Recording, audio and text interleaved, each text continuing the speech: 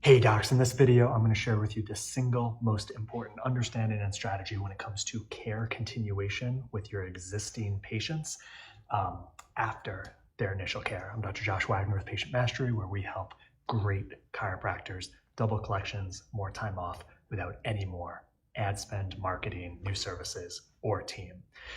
So when it comes to care continuation, this is one of the more important factors of a sustainable practice without needing 40 new patients every month.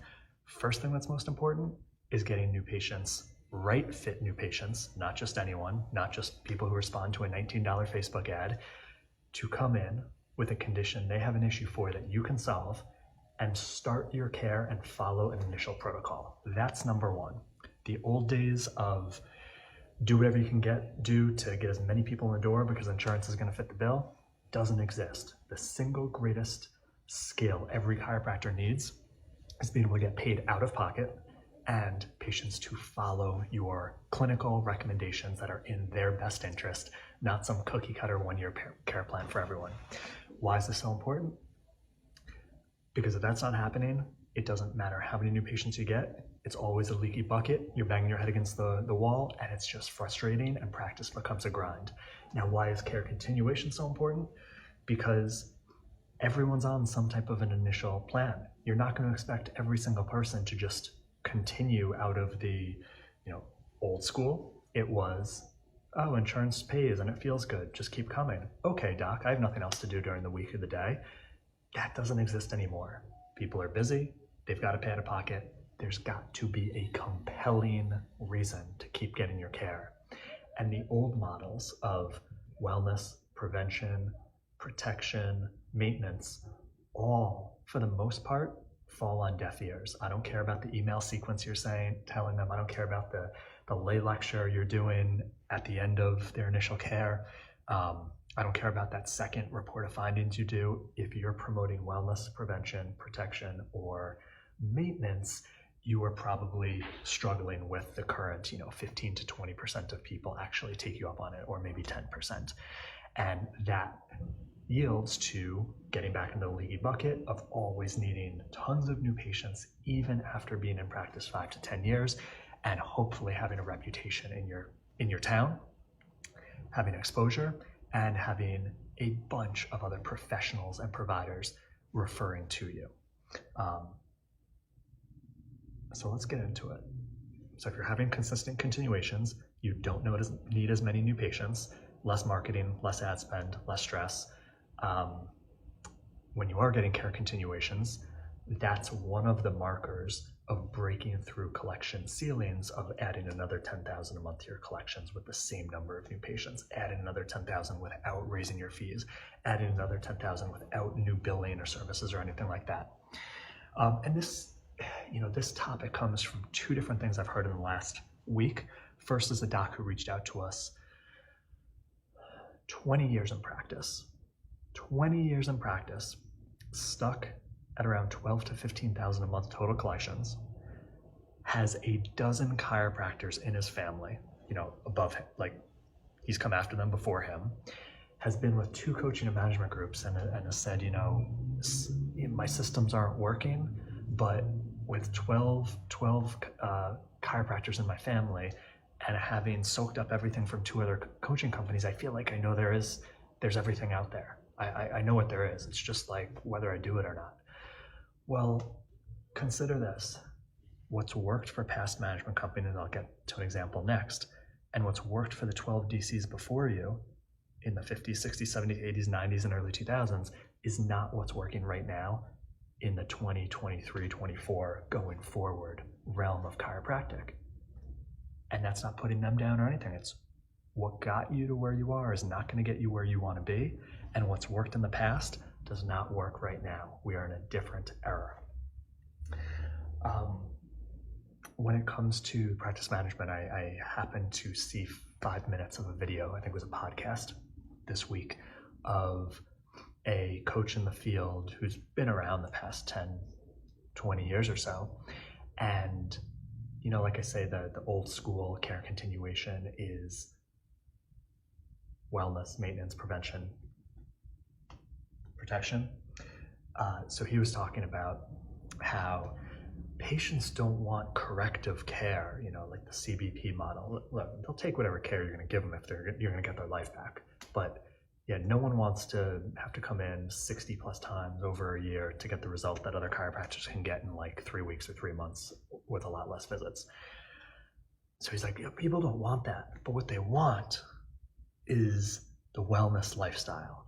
And so when you sell them the wellness lifestyle rather than correction, that's when people are going to go for it.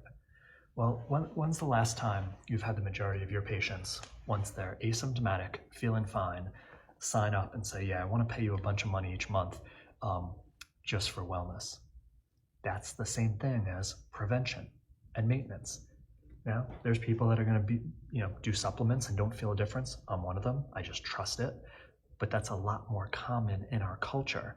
And our cultural paradigm, unlike going to a dentist once or twice a year for a cleaning to avoid bad things happening and be healthy, is the norm. It is not for chiropractors. And that's why, if that's where you come from in your pitch for care continuation of wellness, of you're feeling fine and we're going to help you keep feeling fine and you're going to pay for that, it's trying to sell the invisible. And that's why you're probably seeing 10 to 20% if that's the methodology continue. So here's the switch. Don't try to sell the invisible. Just like the majority of your new patients, if not any of them, are coming in asking for wellness, well then why do you think they want to pay for that once they've gotten well? They don't, because that's not what society's giving you. People are coming in with a specific issue that's inhibiting their life, whether it's pain, dysfunction, and it's stopping them from doing things they care about and being their best and feeling good, okay? That's obvious. The same thing happens at the next stage. So you get done with your initial care protocol, and let's say they're 100% better from that condition, 80, 90%, whatever. They're good enough for now. If you're not finding their next goal, whatever else is inhibiting them from having their best life, doing their hobbies, being with their family, doing what they love doing and feeling great, if there is something, I'm not saying making it up or find something that's not there, but as humans, we always have the next thing we want to work on, goal, and get to. No differently in our health. So when you resolve a certain issue, do you have a process through that initial realm of care, let alone from the very first consult, 6-question consult, of finding out what else may be something you can help with? So whether it's from the very beginning, reassessments, daily table talk, anchoring to the difference it's making in their life, the care they're getting right now, and finding out what else, either currently or once that's resolved, what's the next goal. When you're able to do that through simple questions, simple forms, a simple couple-minute conversation of letting them know that the next goal to get them where they want to be is going to look like this, cost this, all of that. That is a conversation where people will say, wow, you've already proved yourself on this first condition. I'm feeling 80, 90, 100% better and doing better and functioning better. And now you're telling me this is possible, or I can fix this, or I can get to there, or this could be a lot easier. Yeah, let's do that. That's a night and day difference then. Do you want to keep paying for what you've already got? Do you want to keep paying for the invisible, prevention, protection, wellness, where you're only going to get 10, 15% of people who are super healthy and proactive? So I want you to think about it lastly like this. The number of people coming to you on a monthly basis purely for wellness care, it's only going to be a few more than that who continue for wellness care. So if you're like a normal chiropractor, maybe you get 1 a month coming to you for wellness care, if that. So double that is like 2 a month. If that's the care continuation rates you want, go the old school model of what chiropractic is taught for the last 40 years. If you want to catch up with what works today in a non-insurance dependent, thriving practice model, where people are getting results, referring to you and considering you their doctor for life, you've got to have the next goal, focus, and outcome they are looking for. And you only know that when you find it out and have the right conversations to lead them as that's where we're going next.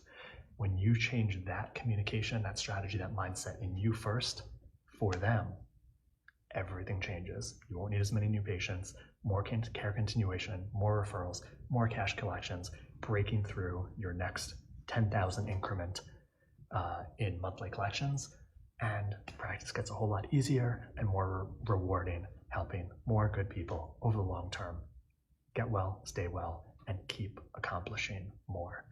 Hope this made a difference. If you need help in your specific practice, whether it's the new patient experience, the 6-question consult, the 5-step recs, creating your fees that people actually pay for happily and follow your recommendations, let alone the care continuation process, let alone right fit, ideal new patient attraction, higher end team, breaking through collection ceilings, like literally doubling your collections this year, just comment ready below, send me a message, just say ready. We'll show you exactly what it looks like and see if it's a match for your practice and your goals. Otherwise, keep up the great work, have an amazing week, and keep helping good people get well.